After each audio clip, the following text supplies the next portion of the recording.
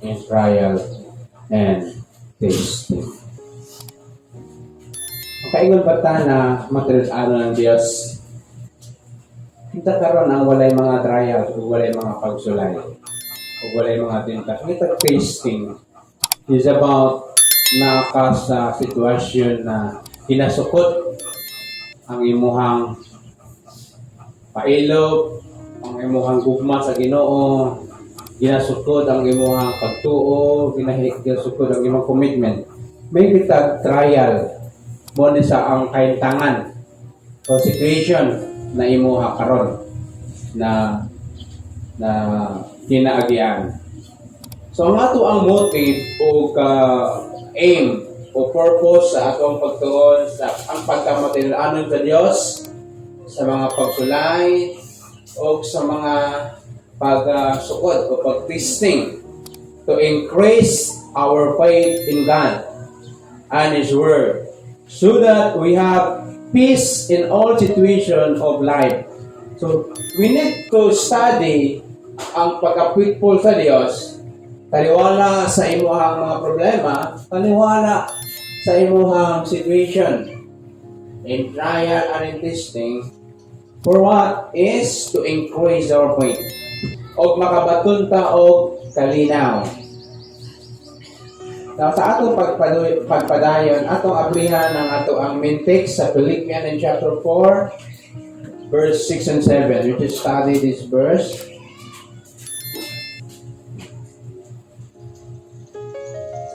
Philippians in chapter 4, verse 6 and 7.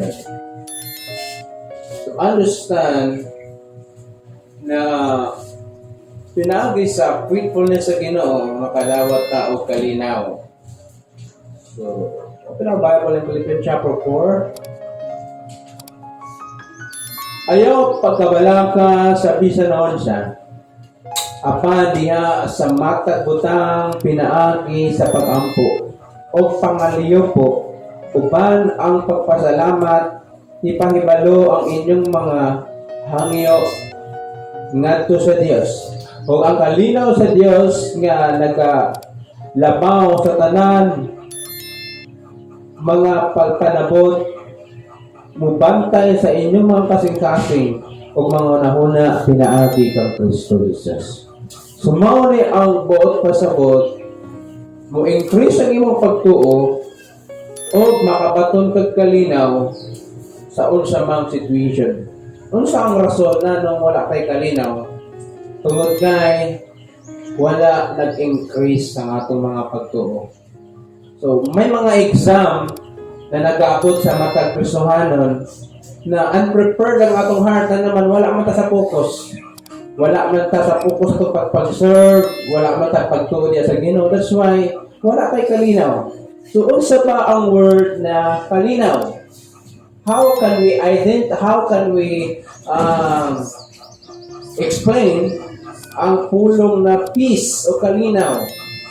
O unsaon nato ni sa pag-describe ang kalinaw na gi-mention sa Philippians chapter 4 verse 7. So, kung pasabot sa peace o kalinaw, it means knowing what to do whatever comes. Kung naa kay kalinaw, it means kabalo ka sa imong himuon kung unsa man ang imong situation. That is peace, ginatawag sa Bible. Hello?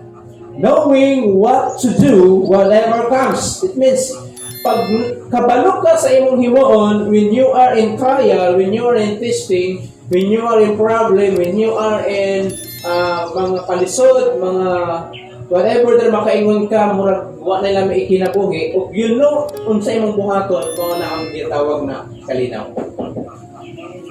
Bawa, problema sa panimalay, nagdungan, wala kay budget, wala kay financial, na kay bayaran nun, kunya, imong pamilya, nagagulingan, but you know what to do, is to pray. It means na kay kalinaw. It is knowing that every situation and every area of our lives are in God's competent hands. Tungod ka, inakahibalot ka sa matag kahintangan, matag area. Area sa financial, area sa pagpati, area sa relation, sa trabaho.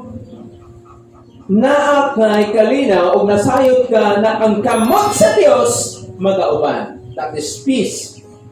Number 2, ang kalinaw, it means that God cannot fear. Ang Diyos dili magpakyas. Kung sa ang word na peace, it means knowing what to do.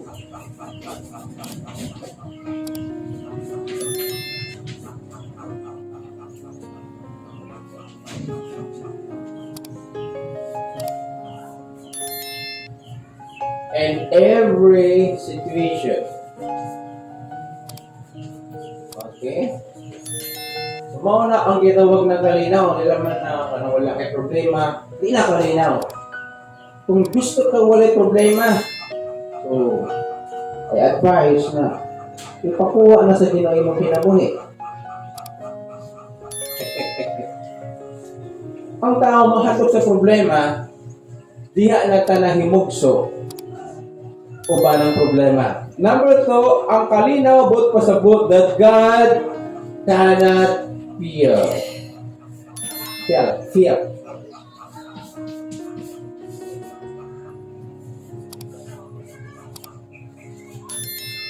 Can't.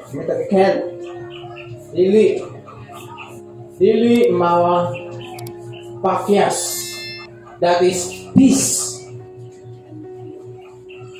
So, importante kayo, we note to describe and masabta na to, unsa ba ang kalinaw na gina-offer ni Ginoong Hesus, the Prince of Peace.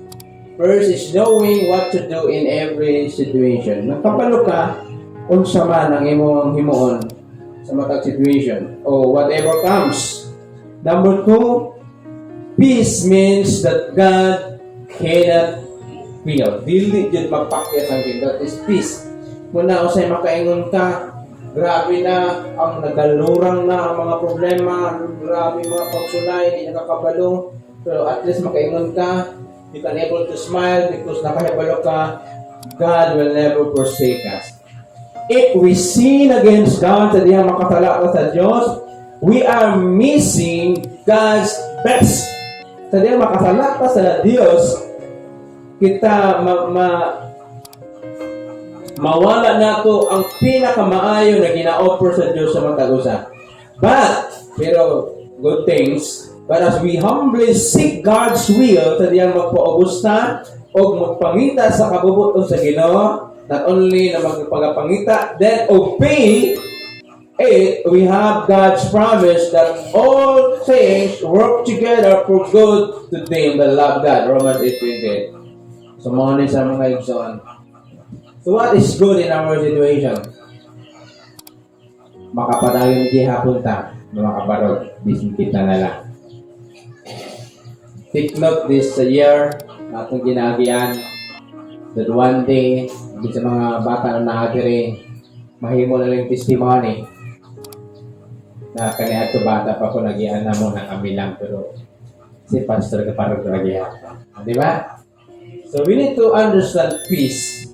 That God cannot fail. Ikaduha, knowing that what to do, whatever comes. Kasi kung sa mabot si mong kinabuhi, nakahibalo ka kung saon pag-atubag. Now, atong ibasa din na balikan na to ang Job 23 verse 10.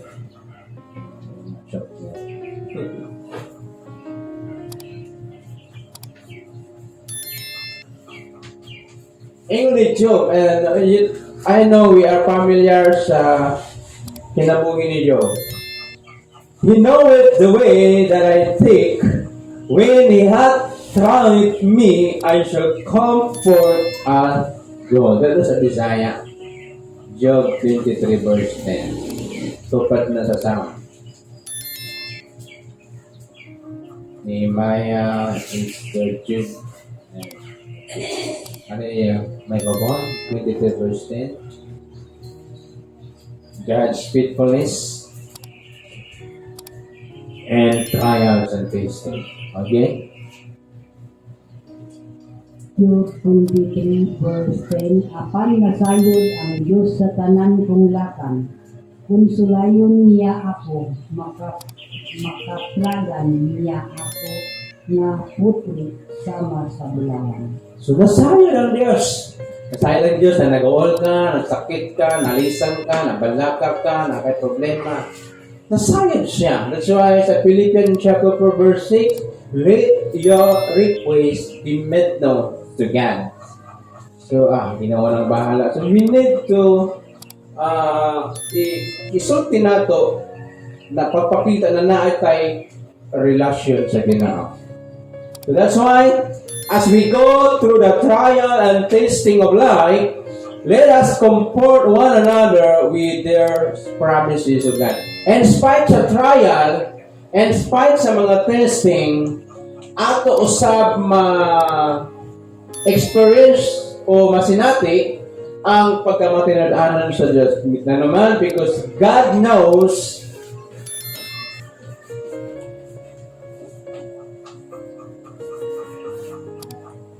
all that enter in our lives. That enters, daghan ka nagasulod, our lives. Kaya kita, ang nagasulod pro problema. Where is the blessing? Paano natin na makita, this problem is a blessing. Para makita nato na wala ka kung wala ang Diyos. Amen? That's why ni Job, he knew it the way. Kabalo ang Ginoo na nawala akong mga anak. Nakahibalo ang Ginoo na nawala akong mga panginabuyan. Ang akong mga sulugoon, ang akong mga kahayupan, nawala tanan. That's why, ingon ni Job, wala sa nahadlok, when he had tried me, sa dihang sulayon ko sa Ginoo, sa dihang testingan ko sa Ginoo, dili niya makita ang ako na nag-complain ko, na nagpagulbul ko, na nagiyaw-yaw ko, na discontented ko sa akong situation. Na asay confidence na ingon niya, I shall comfort as gold. Makaingon bataan na. Hindi natin problema. What is ang atong bukang bibig? We are always blaming God in our situation. Si Job never blame God. Itanti na to ang problema nato sa problema ni Job. Kaya pa na ising katungalan. But we cannot hear in the passage in the Bible from Job in chapter 1 to Job in chapter 42 that Job blaming God. That's why ingon niya, he hath tried me, I shall comfort as gold. May confidence siya, kaya wala din siya sa diyang namatay ang pulo ka anak, sa diyang nawala iyang panginabuyan, namatay ang mga sulugoon, nawala iyang mga kaparentihan, mga higala. He never blamed God. God's faithfulness and trial and testing. Because God knows all the ender. Napalo ang Ginoo na kita. Kaya balo ko ng Ginoo, sa kinubuhat niya sa bangko. Kaya balo ko siya, di na matago. God see it. Kita niya na. And one day, muatubang ta, sumalat ng ginabuhat. Psalm 31 verse 7. Psalm 31 verse 7, I will be glad and rejoice in thy mercy, for thou hast considered my trouble. Thou hast known my soul in adversity. Ingon ni David, considered my trouble. Giuna-huna na sayang Diyos sa nagkaguliyang sa akong kinabuhi ug nakahibalo sa ng akong kalag. And adversity, it means nag-appeal difficulty. So makaingon ka, murag wala man ko panggaas sa Ginoo. Murag wala man ko atiman sa Ginoo. Kung wala ka atiman sa Ginoo, are you sure na until now buhi pa ka? Are you sure until now makaismaan pa ka? Hindi na ito makita ang dagko nga panalangin if we cannot see the small blessing na ginahatag sa Ginoo. That's why ni David, I will be glad and rejoice in thy mercy. Pasalamatan na ito ang Ginoo. for thou hast considered. Nahum in chapter 1 verse 7, the Lord is good and a stronghold to the day of trouble, and He knoweth them that trust in Him. Ang Ginoo maayo sa og lig-on na dalampanan sa adlaw sa mga kasamo. O nakahibalo siya kinsa katong may pagsalig kaniya. Napati pagsalig sa Ginoo. Dira makit-an panahon na nakay trials. Napakita niya po nimo ba bisan pag huyang nakakaayo, grabe na mga problema, still remain to serve God. Katong mga wala na nag-function sa diya sa pag-serve sa Ginoo. Dili nila makita ang masagtan ang faithfulness sa Ginoo. Kaya wala sila tinuuray na kalinaw. They don't know what to do whatever comes. Para sa ilaha, ang Diyos always make mistake sa ilang mga kinabuhi. But God will never make a mistake. Sa mga kinabuhat niya, Romans 8:28, work together, pero asa lang, to them that what? Love God. Kung love niyo ang Diyos, negative man ang imong situation, still for your good. Ano man, masukod ang atong mga batasan kung nag-improve na ba. God love us in spite of what we are. Ang Diyos, ginahigugmutan niya, bisin bugul-bulan ta, bisin pasaway ta, wate respeto sa mga alagad sa Ginoo, whatever diha, ang mga ginahimo nato. God is still loves us. And in spite of our sin, nag-iingon sa Psalm 139 verse 1 to 5. God knows our needs long before we do. Nakahibalo ang Diyos. Sa wala pa nag-abot sa imo ang imong need, kahibalo na ang Diyos na gakinahanglan ka sa mga butang.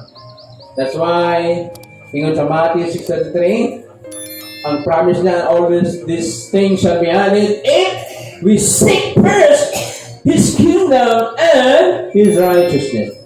He's never surprised. Wala na surprise ang Ginoo na nakay problema. Wala na surprise ang Ginoo na daghan ng bakante. Wala ko na surprise ang Ginoo na wala sila. Kung nakahibalo siya na moabot yun na. Ang problema na surprise baka, ay, kita lang. Oh, asa matapika. Okay, mingaw.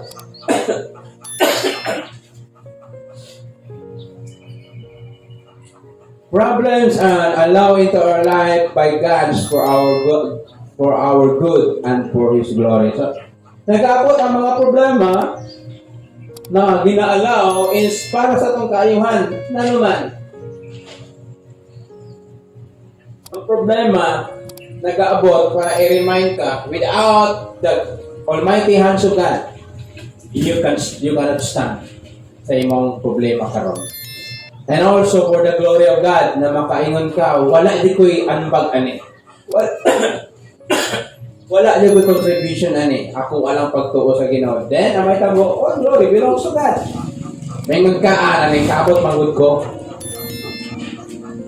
So, naa ka ipanghambog kung naa kay accomplishment. Pero gusto sa Ginoo, ang himaya sa iyahara. Okay? Ikalawa, what the other promises una nasagda nato na ang pagka-faithful sa Ginoo, pagka-matinud-anon niya sa mga problema, trials, and testing. God knows. Kay balo ang Diyos sa imong situation. Kay balo siya sa imong financial. Kay balo siya na nagalisod ka sa imong pamilya, sa imong relasyon, nagaantos ka, nagaugtas ka, whatever diha. Pero ang gusto lang may tabo, kaangay ni Job, napakay confidence sa dihang matubang ka, wala jud ka sige pagbulbul sa Ginoo. Hello? Tanaw na to, cancer na sa Old Testament.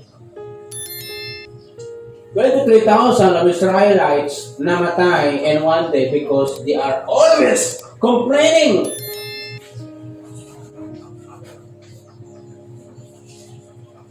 And murmuring. Murmur.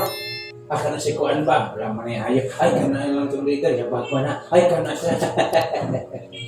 This is murmuring. Murmuring against imong kauban. You mean like complaining against God?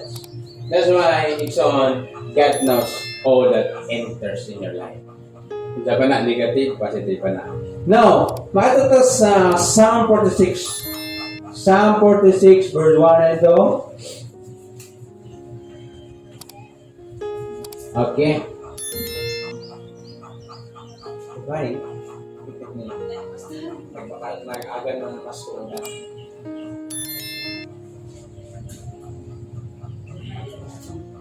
Okay, Salmo 46. 1 and 2, pakibasa.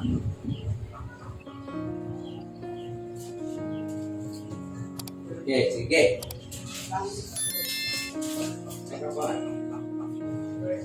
One and 2.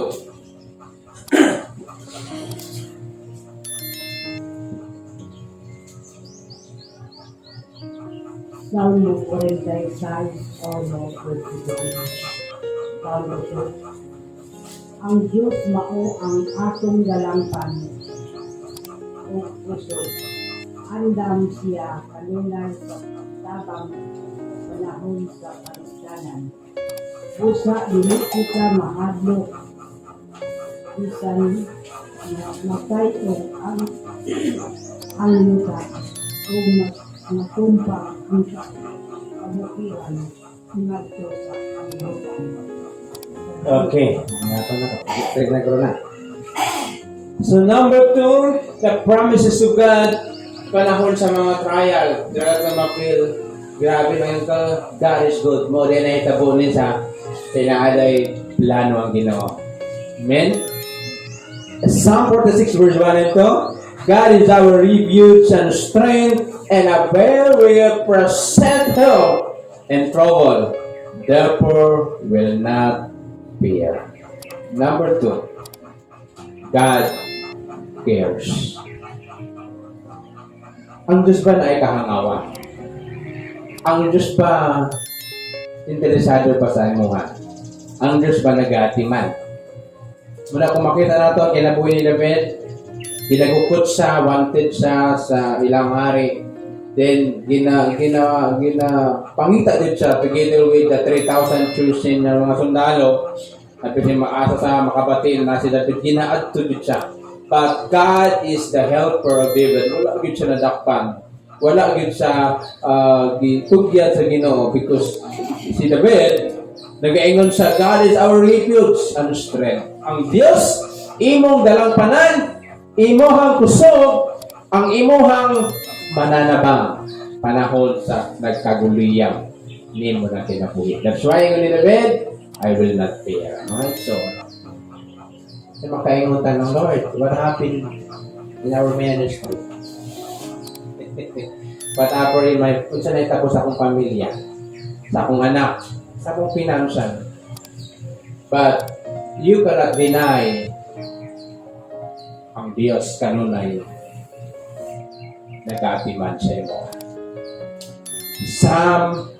God still us that He cares for us in every trial and sorrow.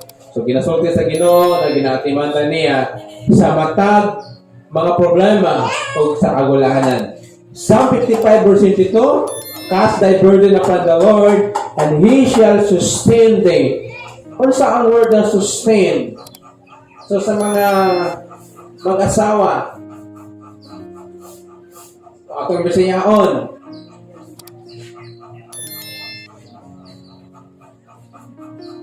tama na sa sustento.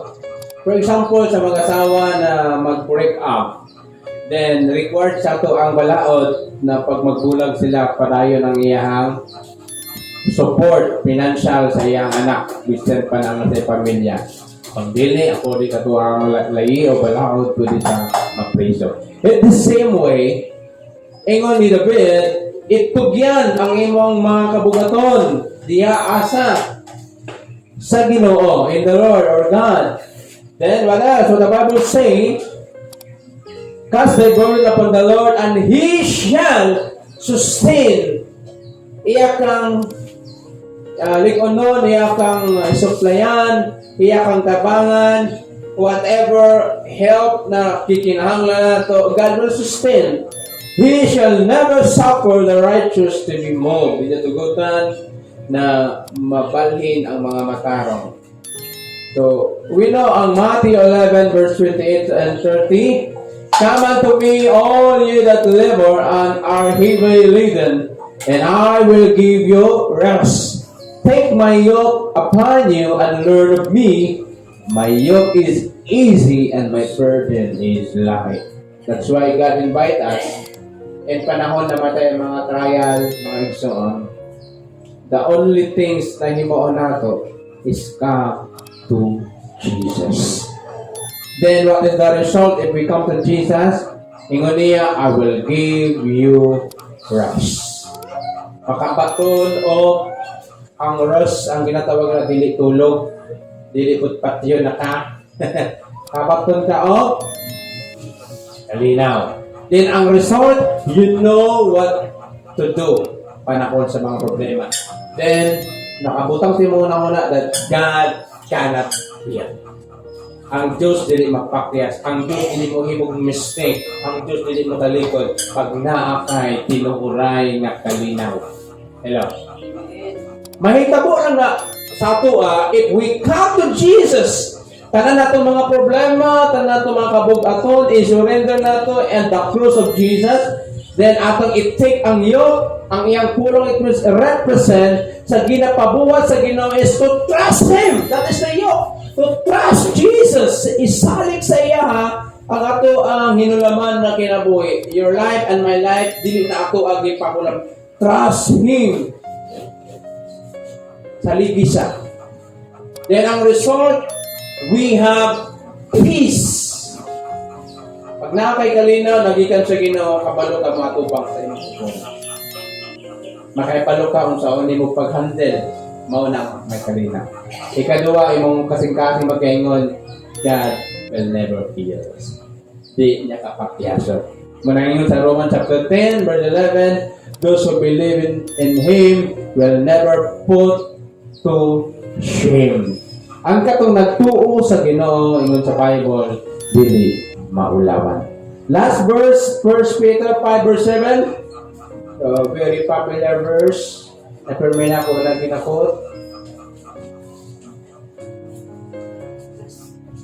Casting all your care upon Him, for He carried for you. God cares, ang Diyos nagatiman. Then the Bible says, all your cares, tanan mong ginakabalakan. So, depende na sa paggamit sa paraga. Your cares. Unsa daw, casting, ilabay ang imong mga kabalaka sa mga financial. Problema ka, Lord, wala may kwarta, saon man imong pamilya, imong anak nagkasakit, Lord, kinalog healing. Imong relasyon, sige mag-away, Lord, magpatunga ka, na ay reconciliation, na ay kalinaw, na ay panagyosa. Di mo magsuot, sige magsinambagay, istorya, Lord. Magpatunga ka, paano ni ma-reconcile, magpasko na, unya, sige lang mag-away, kamong mga whatever, diyan ang mga problema. We need reconciliation. O, sa imong trabaho, di kag trabaho, way income. Kita na nato sa utang, Lord, intervene in my financial situation. That is your care. Ano ginahunan ni mo ba lang? Sana lang no, kung wala kami kwarta, palayason mo sa boarding house, putlan big kurinti, putlan big tubig, kuha namin ilong ng agon. All your tears! Kinanglan nato isalig sa Ginoo para makapatutag kalinaw. If we have the real peace of God, then naatay wisdom. Saan nato pag-atupang. Wala may gano'n na ang Ginoo musulbat yung problema. Nag-review na, oy, may bayad akong anak si mo ha. Kung kinsa man ka, ako si Jesus. So, dawatan niya sa kamilyon. Bayad din ni Kuan. Ikaw mo na dito. Nag-aalay kag wisdom. Ngayon sa ayak anak buhay nilang ag. Pagkita ka si Jesus mulong ag dito. Wala man ta sa John chapter 20. Nananaga si Peter, si James, o kaya yung mga kaubanan niya pag-abot sa doon sa baybay na ay sinog ba nga isda o kanon. Inasamantalan sila nanagat. Walay mo ha. Bukawang ka sa Ginoo. Mga Ginoo, nay, mata na kay nanilungag. Sana kung sinsa man ka, I am Jesus. Oh, grabe. It means, Mga butang na dili nimo mahimo, mga butang na makaya nimo himo abot ng ginupay mo palabon. Hello. Then the promise is, for He cares for you. Kita naman nag-ingon ba, nagipatagdan sa Ginoo? Ang yawa, ginadeserve ta na makaluluoy ta kunuhay. Wala din ka palangga, imot-imot to, sobrang pinabuhi lang ako, pamilya ko ginadagda, pamilya ko magkitan mo, di ba? Laki na natin. Pangutan namin, ano pag-wali-waliya. So we need you na imuhang exercise ang pagturiya sa Ginoo. Amen? So, and I hope sa ato ang pagsugod sa atong yung God's faithfulness in trial and testing. Muna yung ni David in the book of Psalm, God put my tears in the bottle. Kaya ko lang Ginoo sa mga luha, problema. So, himo lang nimo, just exercise ang word na trust. Sabi Ginoo, Lord, bahala na ka. At least, kung sa may mamatay mang kuha nila, kita ko. Kanan lang, wala ka bala kung palangit budod ka. Ang tanan na ba, palangit din mo. Shine, joy. Palangit din mo. Paano ka nang muti mo ang trumpeta ka, mabilin mo doon. So, ang kaluwasan, as long na akay nanis between good and bad. Pag wala kay Jesus, sigurado gina, you are in hell.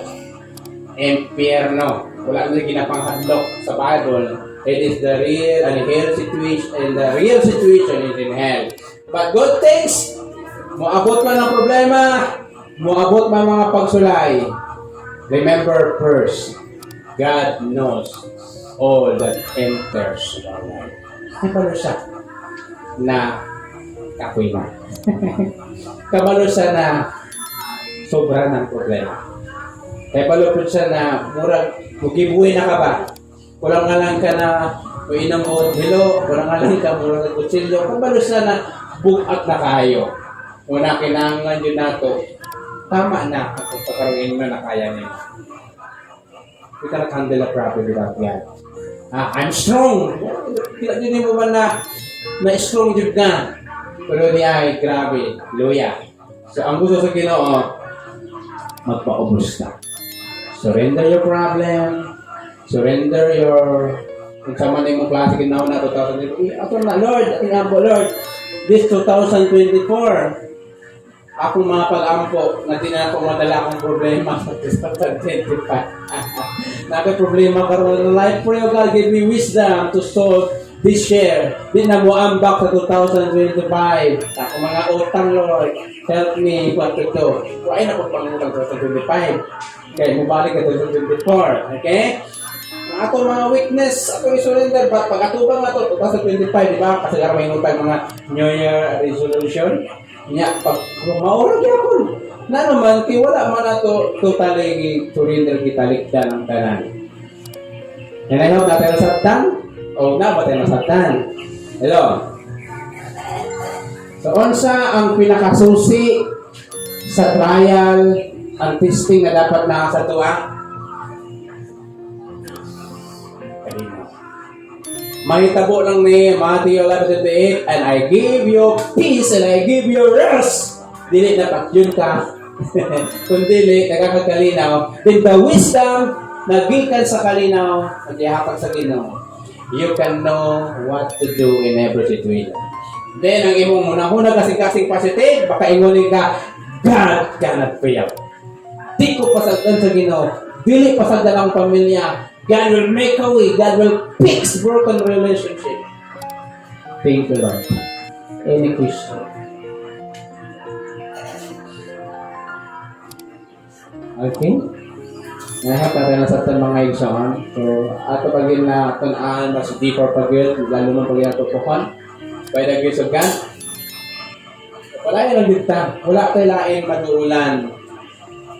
Hindi atong sitwasyon. Kung really ang ginagawa. I-exercise lang kung sabi